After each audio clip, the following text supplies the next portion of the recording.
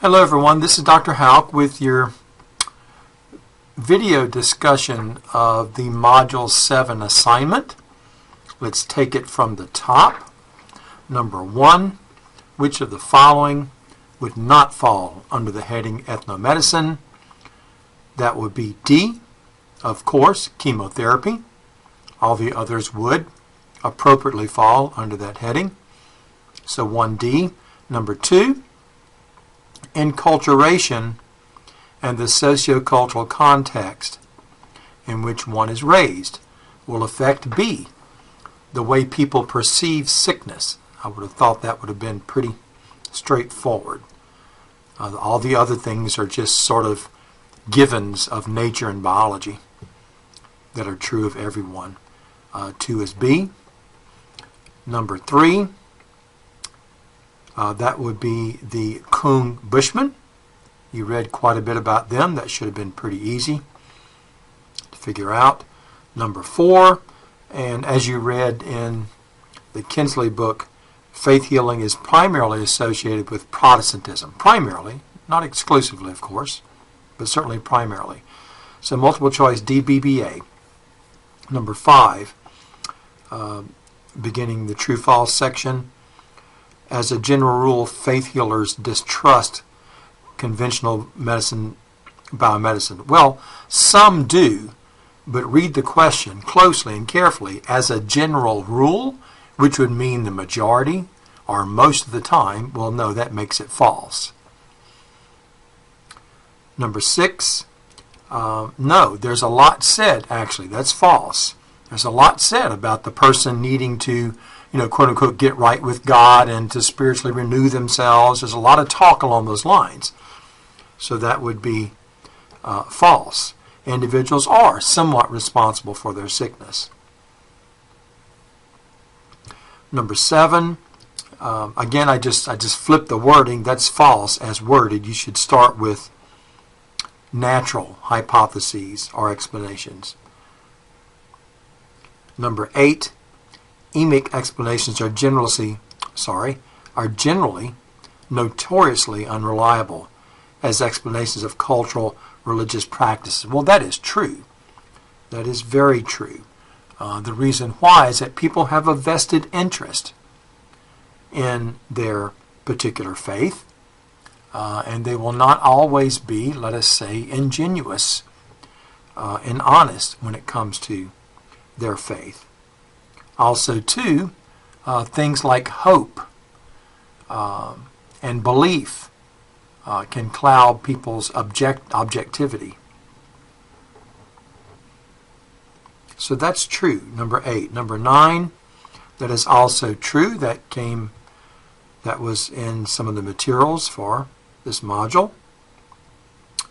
Number 10, yes, of course, because psychotherapeutic healing depends almost exclusively on expectation and confidence and trust.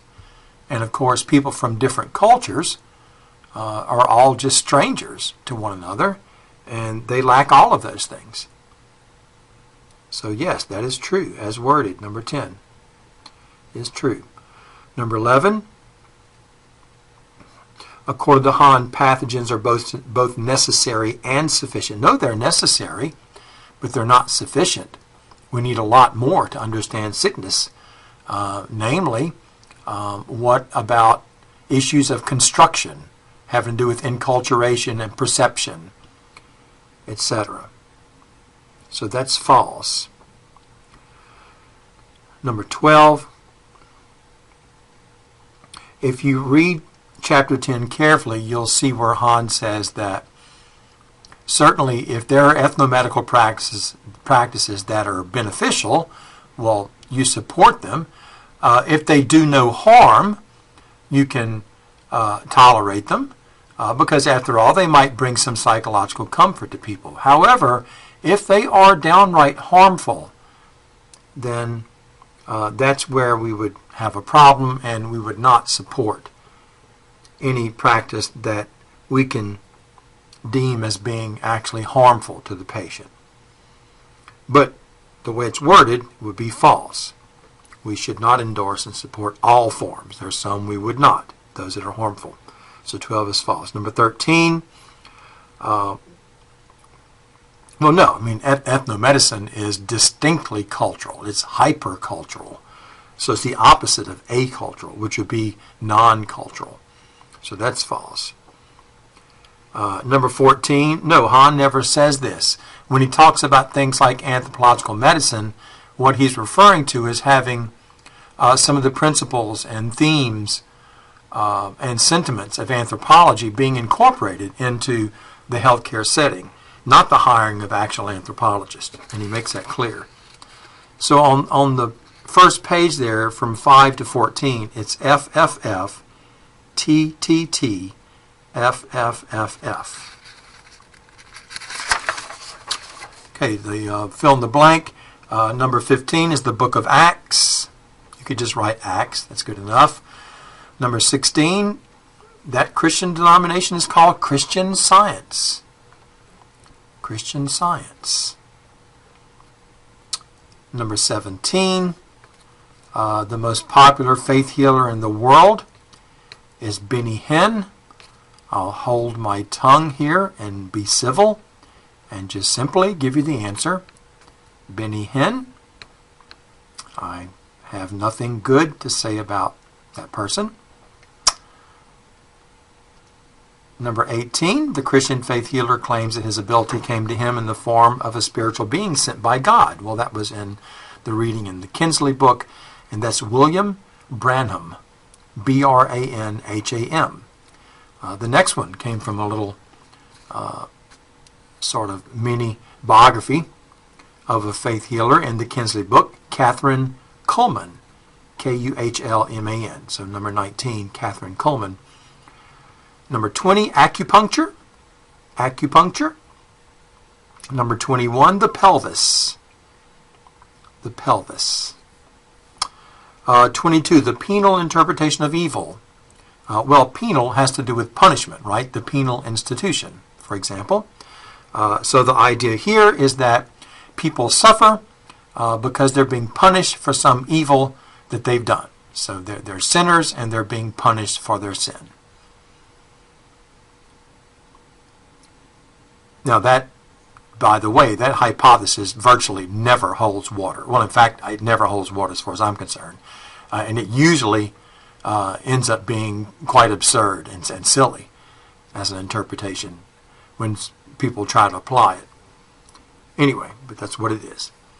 Number 23, discernment in the faith healing context. Well, what this means is that the inner condition of the patient, like, what's actually going on inside them, is quote-unquote revealed to the healer, and ostensibly in this context by God. Okay? James Randi, he is a really world-famous and widely published magician who devoted his life to exposing hoaxers and charlatans like psychics and faith healers, psychic healers and mediums and things of that sort. Also, too, he was the one that exposed Peter Popoff most famously. Number 25, Engel's biopsychosocial model. Well, this starts off with the assumption that sickness interpreted as strictly pathobiological is way too narrow. It's too reductionistic.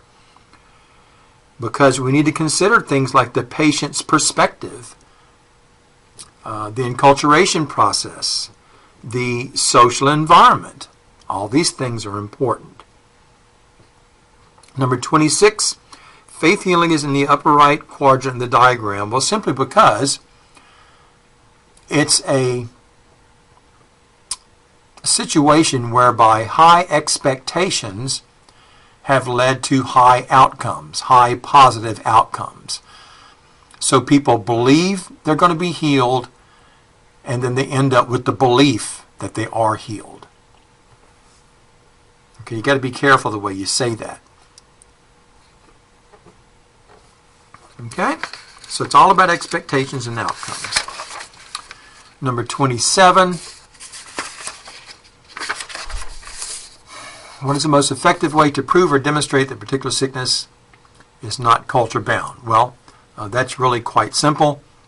You simply have to show that the symptoms associated with the disease or the condition occur universally. So porokeratosis is a perfect example of that.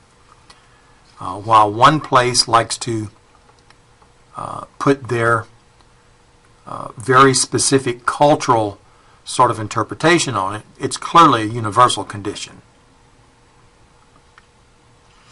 Number 28, according to Hahn, when studying a particular sickness, we do need to know the specific pathogen and how it affects the body, but that won't give us a complete picture. So what else do you need?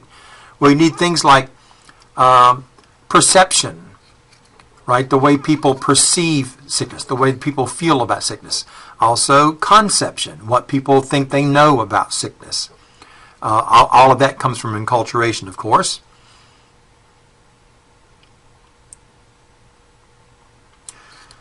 Number 29, state 3. You don't have to elaborate, just state them. Aspects of faith healing. They're similar to characteristics associated with shamanism. Well, exorcism. Some work with a healing spirit. Discernment. The idea that they can see sickness. Think of the Kung Bushman. The atmosphere in which healing takes place. There's also the theme of spiritual renewal, and the shamans are conduits of healing power. So that's about 6 of them there. All you had to do is list 3. Number 30, well, you read in the various characteristics of faith healers that especially in the West, let's say in regard to Christian faith healers, these faith healers are very impressive preachers. Often they're sometimes great singers. That they carry on in ways that can just whip a crowd up into a frenzy. And then of course there's a whole environment where people come already with the expectation that something great is going to happen. So all of those things together create the expectation and pre-adapt people for healing. Often, too, they'll have testimonies from other people in earlier times that were healed by this person. So you could add that. Number 31, how might we rigorously test a faith healing claim? Well, we can start, and first of all, remember, there's 2 things. We need to bracket. That's how you refer to it in science. In other words, we need to take these out of the conversation. Remission. Because people do naturally, their conditions naturally do go into remission from time to time. Okay, so we need to be able to bracket that. Also, too, they need to receive no medical treatment. Because that's one of the things that gets me about so many faith healing claims. A person can spend 3 weeks in ICU and be the beneficiary of the absolute best medical care and science and technology that the 21st century has to offer, and then there's some praying going on at their church, and lo and behold, 3 weeks later they come out fine and they are extolling the virtues of prayer.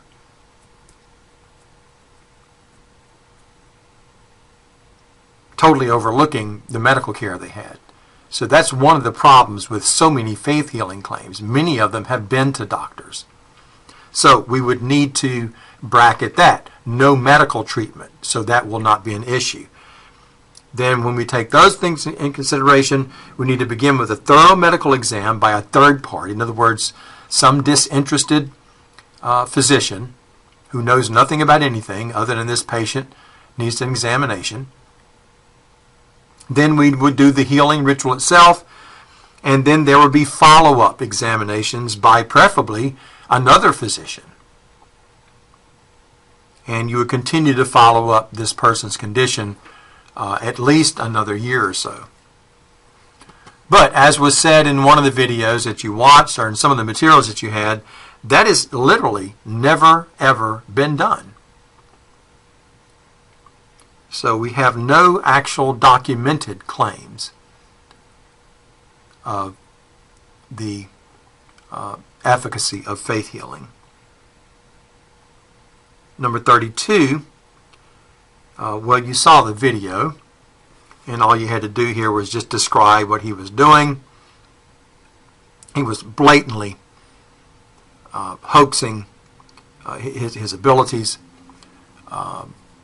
just ripping off people left and right. It was shameful what he was doing. These people were, some people were basically signing over their Social Security checks to him. It was horrible. He was wearing an earpiece. His wife was feeding him information from backstage, and these poor deluded people who really needed help, and you feel bad for them. He would simply trick them into believing that he had some sort of divine ability. And by the way, he showed up 20 years later hawking miracle spring water late at night on TV. You may have come across him somewhere.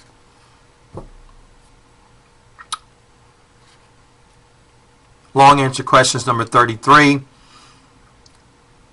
All I need here is a discussion of 2 empirical studies or statistical reports on faith healing.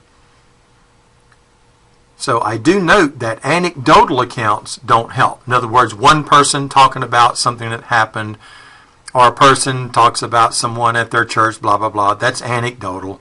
That's not going to help us at all in a rigorous examination of any issue. Okay? Now, that's not to saying they may be lying or exaggerating or whatever, but it's just saying that we can never know they're not. You understand? There has to be some control. And then also polling data is irrelevant. I'm always surprised at how people quote polling data to support the truth or falsity of some phenomenon. Now, polling data tells you a lot about what people think about something, right? But if you poll people on faith healing, that's not going to help us at all. Okay, so those 2 things you need to keep in mind. And there are some good statistical studies out there. I basically tell you how to find them. One, hopefully you found it, was Simpson's study on Christian Science, where he examined the alumni of a Christian Science college with alumni from University of Kansas through the years, and it turns out the Christian Scientist alumni were dying at a greater rate.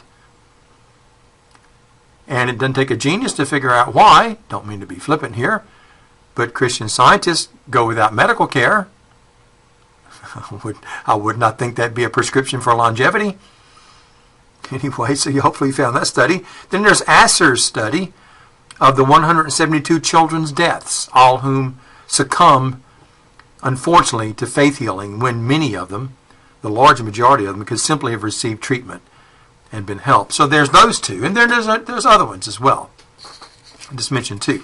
And then finally, number 34, I am pretty specific in telling you here what to look for.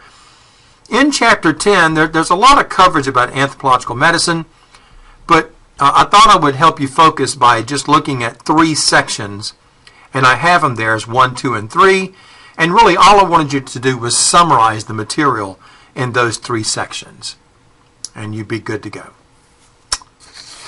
All right, thank you.